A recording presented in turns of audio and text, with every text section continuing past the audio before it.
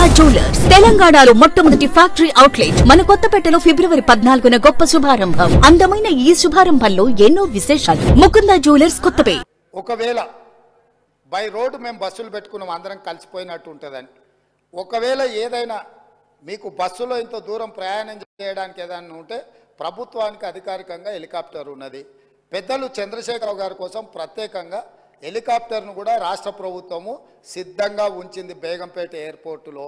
కాబట్టి దయచేసి దీన్ని వివాదాలకు తావియకుండా మనందరం ఒక్క మాట మీద ఉండి కూలిపోయిన మేడిగడ్డ గురించి పేలిపోయిన వాళ్ళు కూలిపోయింది సార్. వారు ప్రశాంత్ రెడ్డి గారు ఆర్ఎండ్బి మినిస్టరు వారు ఇట్లా మాట్లాడుడేంది?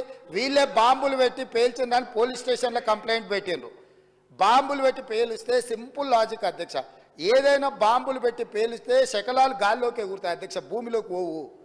ఇది వాళ్ళు రాసే అబ్బాయికైనా అర్థమైంది. బాంబులు పెట్టి పేలిస్తే గాల్లోకి ఎగురుతుంది అధ్యక్ష, భూమిలో కుంగదు. పోలీస్ స్టేషన్లో అట్లా కంప్లైంట్ పెట్టిండ్రు కాబట్టి ఇది బాంబులు పెట్టి పేల్చిండ్రా లేకపోతే కింద ఇసుక కలిగి పిట్టగూడు కడితే పీకమేడలు కడితే కుంగిందా? ఇవన్నీ కూడా సమాజం తెలుసుకోవాల్సిన అవసరం ఉంది. సభ్యులుగా చర్చించే ముందు మనందరం కూడా అక్కడికి వెళ్దాము. కాబట్టి దయచేసి సభాపక్ష నాయకుడుగా ప్రధాన ప్రతిపక్ష నాయకుడు శ్రీ చంద్రశేఖరరావు గారిని, అదేవిధంగా మాజీ సాగునీటి పారుదల ఆర్థిక శాఖ, ఎందుకంటే అన్ని నిధులు విడుదల చేసింది వారే కాబట్టి హరీష్ రావు గారిని, మా పెద్దలు కడెం శ్రీహరి గారికి ఈ తెలంగాణ సమాజం పట్ల, ఈ సమస్యల పట్ల, సాగునీటి ప్రాజెక్టుల పట్ల వారికి ఒక అవగాహన ఉన్నది. వారిలాంటి వాళ్ళు చూసి విశ్లేషించి చెప్తే మేము కూడా కొంత నేర్చుకుంటాం. ఎందుకంటే అన్నీ మాకు తెలుసని మేము అనుకోం. మేమేం అపర మేధావులం కాదు. ఏదైనా మాకు తెలియదు ఉంటే అడిగి తెలుసుకుంటాం. శ్రీహరి గారు లాంటి వాళ్ళు అనుభవజ్ఞులు, తుమ్మల నాగేశ్వరరావు గారు లాంటి అనుభవజ్ఞులు, గతంలో ఈ శాఖలలో మంత్రులుగా బాధ్యతలు నిర్వహించిన వాళ్ళు ఉన్నారు. కొత్త తరం నేర్చుకోవాల్సిన అవసరం ఉన్నది.